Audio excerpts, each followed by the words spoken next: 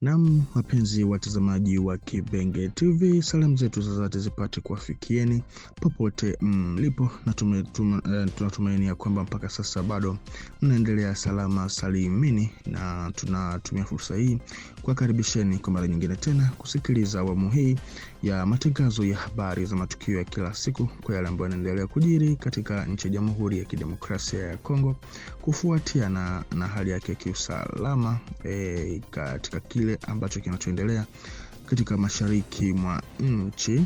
Na kwa hapa tutakwenda kuzungumzia kumhusu Bwana Joseph Kabila Kabange, rais mstaafu wa Jamhuri ya Kidemokrasia ya Kongo, ambayo hiyo jana tarehe 23 Machi mwaka 2026 aliweza kupokea katika makazi yake ya mjini Goma ujumbe wa waandishi wa habari kutoka La Libre Belgique.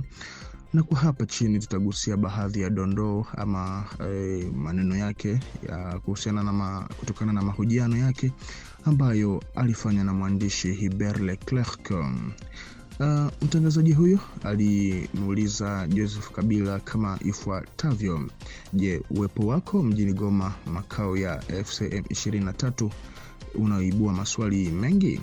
Joseph Kabila Kabange naye akamjibu akasema ya kwamba Goma ni nyumbani kwangu na ninakukaribisha katika nyumba nilionunua kutoka mwaka wa 1999 ama 1999, na mashambulizi dhidi yangu na familia yangu ya kisiasa yalianza tangu mwaka wa 2019, yani 2019, kabla hata ya kuzaliwa kwa AFCM 23.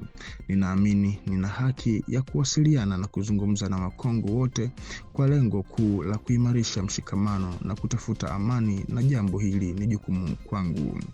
La Libre Belgique kwa mara nyingine tena wakamuuliza wakisema ya kwamba je, unaweza kusema kama alivyosema Corneille Nangaa ya kwamba yeye ndiye aliyemweka madarakani Felix Tshisekedi na ni yeye ambaye anaweza akamuondoa?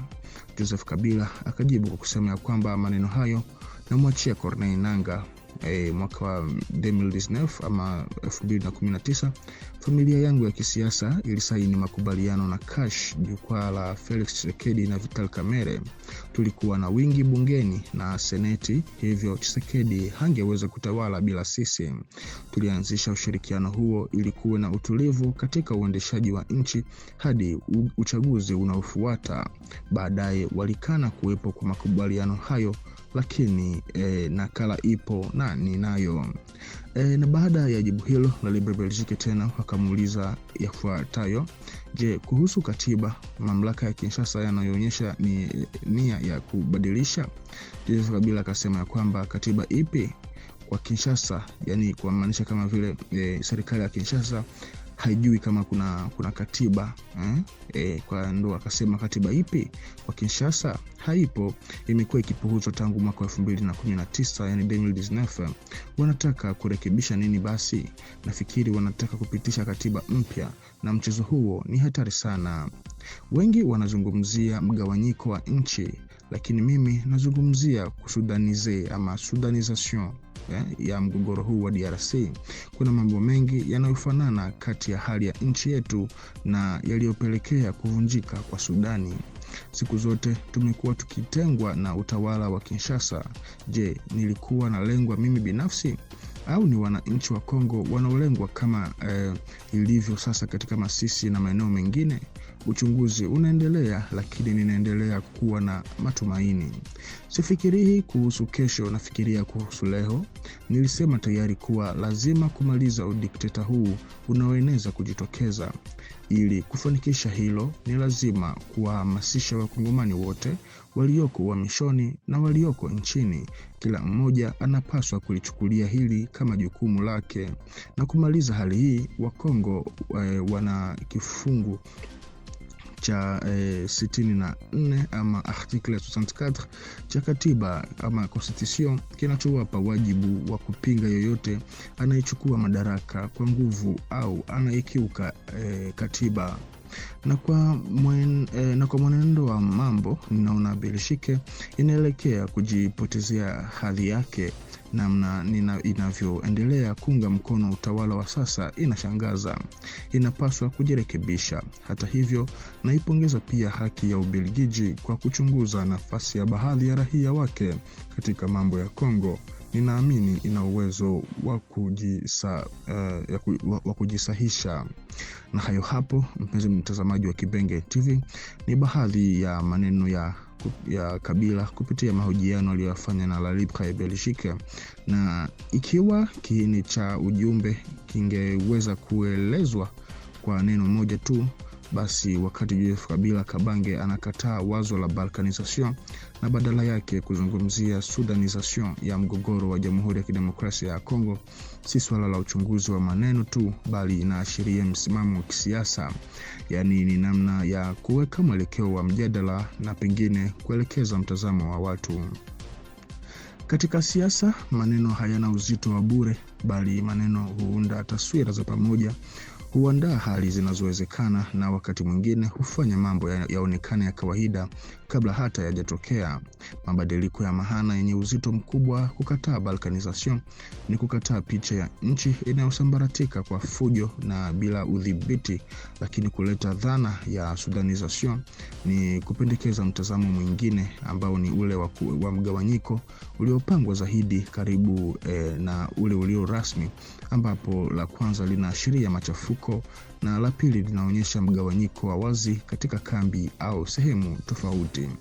Mabadiliko haya si ya kawaida, yanabadilisha hofu isiyoeleweka kuwa wazo linaloonekana wazi zaidi, na hivyo kuwa rahisi kubadilika katika fikra za umma.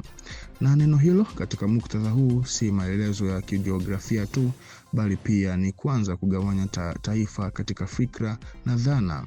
Na huku kitu ambacho tunachokujua ni kwamba nchi ya Kongo haionekani tena kama taifa moja lililoungana, bali kama maeneo tofauti yenye hali tofauti.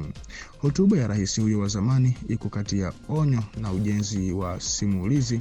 Kwa kuzungumzia hatari, anavuta umakini, lakini kwa kuipa jina fulani pia anachangia kuipa sura na mwelekeo. Hali hii inazua maswali, hasa ikizingatiwa kihistoria ya kisiasa ya nchi, udhaifu wa taasisi, migogoro ya mashariki na hali ya usalama ya sasa ni matokeo ya mchakato mrefu ambao unahusisha wahusika wengi.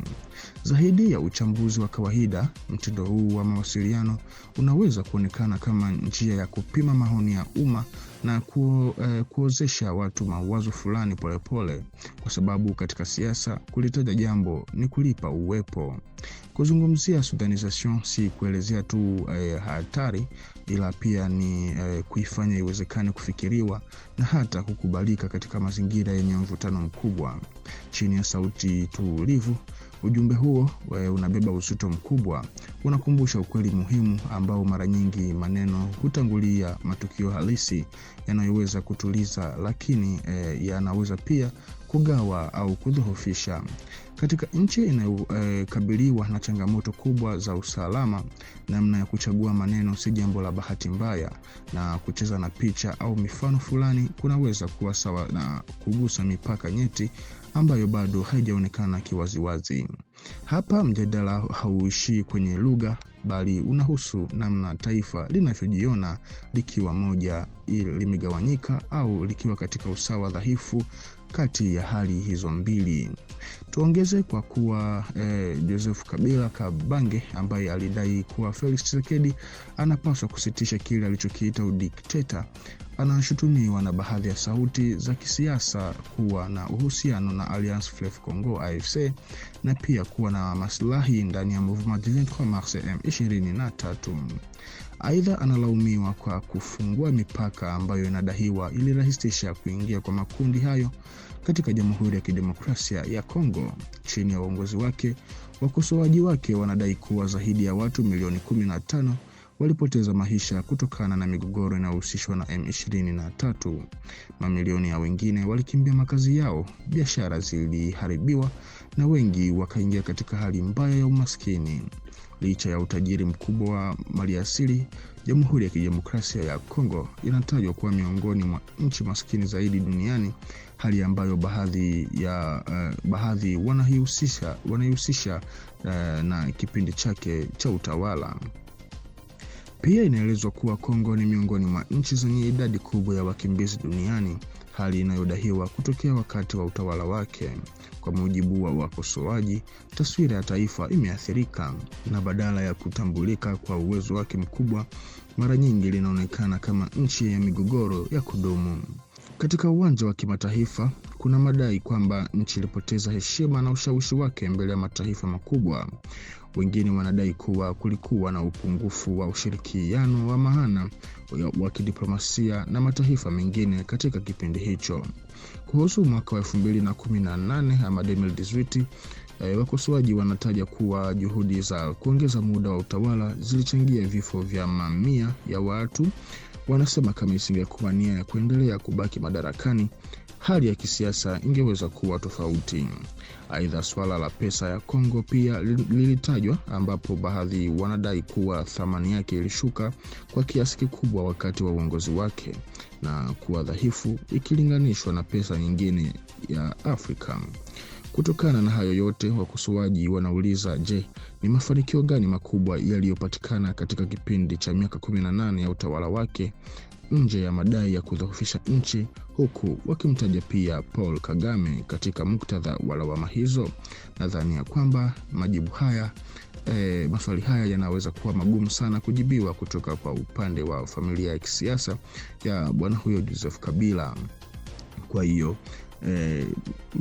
mahojiano yake na maneno yake yote ambayo aliyatoa hiyo jana Jumatatu tarehe 23 mwezi huu na kampuni ya La Libre Belgique, hiyo kampuni ya upashaji wa habari ya La Libre Belgique, nadhani ya kwamba kama kwa niaba yao walifikiria kwamba inaweza ikaleta chachu katika wakongomani na kuhamasisha wakongomani kukubaliana na fikra zao, lakini kwa upande mwingine watu wengi wanaamini ya kwamba Joseph Kabila anaendelea kujiletea hali ya kutokufurahiwa ama kueleweka na wakongomani au na baadhi ya wakongomani ambao kwa sasa hawataki kabisa mtu yoyote yule ambaye anakwenda kuunga mkono mgogoro ambao unaendelea katika nchi ya Jamhuri ya Kidemokrasia ya Kongo.